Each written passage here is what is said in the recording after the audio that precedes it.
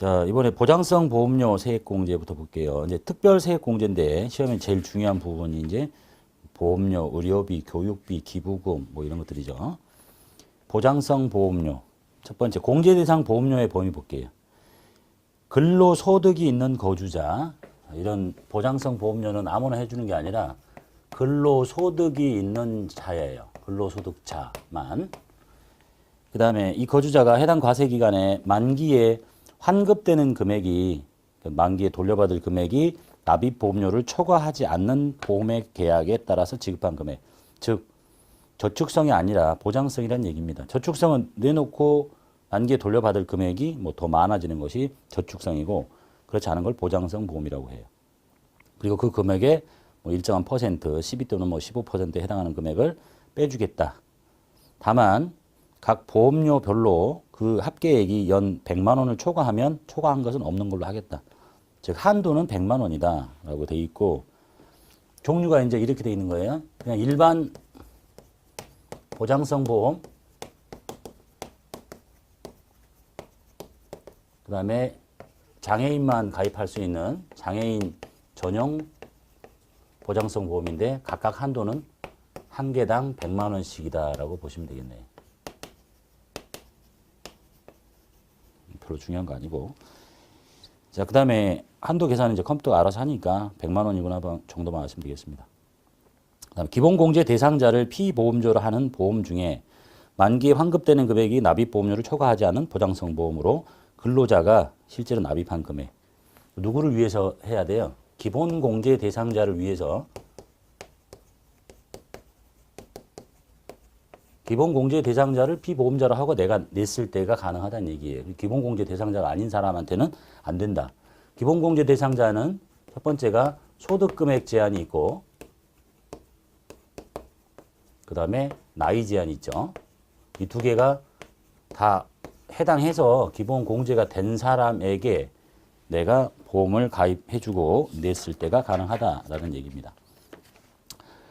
그 다음에 장애인 전용 보장성 보험료 100만 원 한도고 기본공제 대상자가 있는데 기본공제 대상자 중에서 장애인을 피보험자 또는 수익자로 하는 보험료로서 근로자가 실제로 납입한 금액.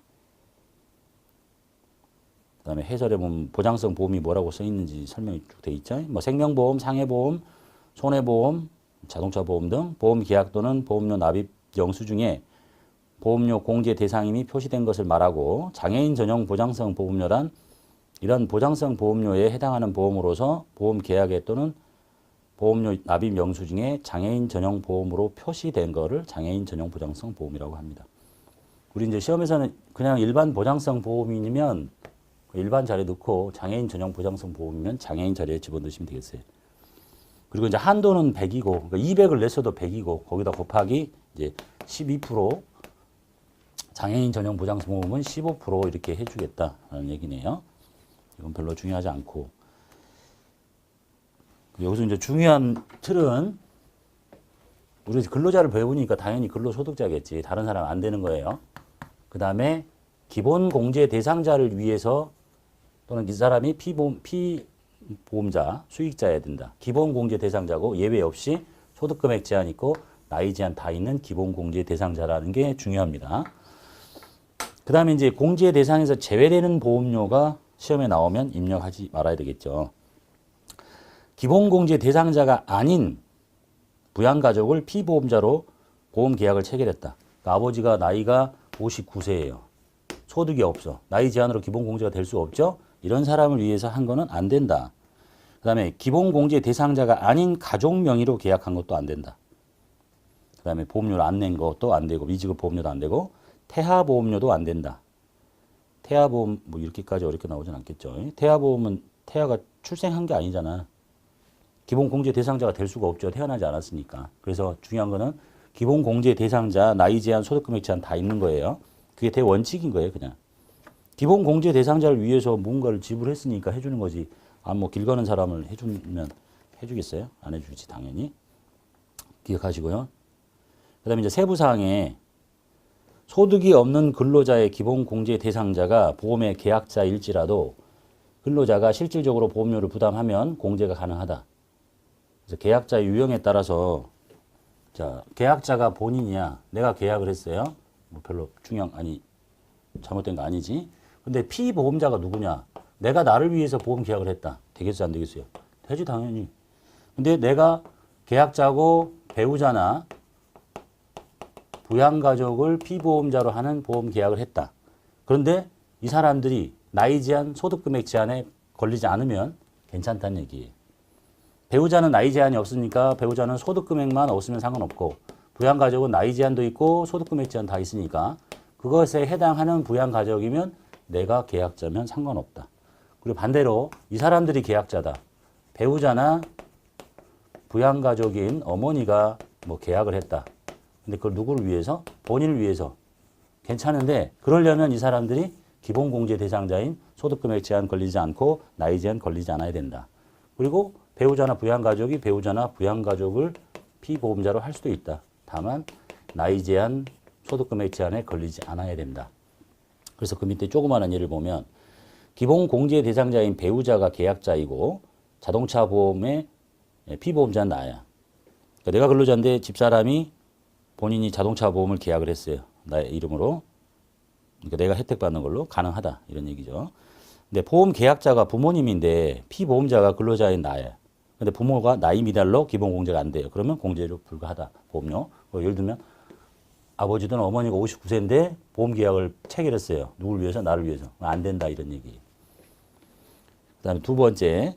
근로소득자가 해당 과세기간에 실제로 지급한 보험료를 해당 과세기간에서 빼줍니다. 따라서 연도 중에 보장성 보험을 해약하더라도 당해 연도 중에 납입한 금액은 공제가 가능하고 내지 않은 보험료는 공제할 수 없다. 그 다음에 세 번째, 하나의 보험 상품에 장애인 전용 보장성 보험과 일반 보장성 보험이 동시에 적용이 되면 그 중에 하나만을 선택해야 된다라는 얘기입니다. 그러니까 한도가 얘가 100이고 얘가 100인데 이게 둘 다가 한 상품인데 한 보험 상품에 이것도 되고 이것도 되면 200을 받느냐 그게 아니라 둘 중에 하나를 선택해라. 이걸 선택해야 되겠지. 15%를 받을 거니까. 그 중에 하나만 선택 적용하고 장애인 전용 보장성 보험은 일반 보장성 보험과 구분해서 보험료 공제 한도를 적용한다. 그래서 이제 시험에서 어렵게 나오면 딱 한 번 정도 나온 적이 있는 것 같네요. 이해만 하시면 되죠. 그냥 한 상품에 두 개가 동시에 적용되는 게 있으면 그 중에 하나만 선택해라. 첫 번째 사례를 보시면 장애인이 2명이에요. 다 읽어보면 그냥 이해돼요. 장애인 2명인데 각각 장애인 전용 보장성 보험을 100만 원씩 들었어요. 각각 장애인 전용이야. 100만 원씩. 장애인 전용은 100만 원이 한도죠. 그럼 100만 원인데 2명인데 100만 원, 100만 원 두 개 다 해줄 수 없잖아. 그냥 하나만 적용받아라. 100만 원짜리 이런 얘기고. 그 다음에 장애인이 2명인데 각각 일반 보험을 들었다. 장애인 전용이 아니라 그럼 일반 보장성 보험도 한도가 100이니까 하나만 해야 되는 거지. 그 다음에 장애인 1명, 비장애인 1명 이렇게 있는데 장애인은 장애인 전용 보장성 보험에 들었고 비장애인은 일반 보험에 들었어. 그럼 각각 100만 원씩 받으면 되겠고. 그 다음 비장애인이 2명인데 각각 일반 보험에 100만 원, 100만 원 일반에 다 들었다. 둘 다. 그럼 그 중에 하나만 받아야지. 100만 원의 한도니까. 100만 원까지만. 그 다음에 장애인이 1명인데 일반 보험료도 100만 원 냈고 장애인 전용 보장성 보험도 100만 원 냈어요. 그럼 일반 보험도 받고 장애인 전용 보장성 보험도 받고 이 상품은 서로 틀린 거예요. 그러니까 일반 보험도 들었고 장애인 전용 보장성 보험도 들었고 이렇게. 그 다음에 장애인이 1명인데 이 경우는 하나의 상품에 일반 보험료도 적용이 되고 장애인 전용 보험료도 동시에 적용되는 상품이다. 그러면 그 중에 하나만 선택해야 된다. 장애인 보험을 선택하시면 되겠죠. 이런 정도만 받으시면 되겠네요. 자, 그래서 보험료에서 암기하셔야 될 거. 우리가 이제 근로자니까 당연히 근로소득자만 한다는 거. 하지만 일단 보셔야 돼.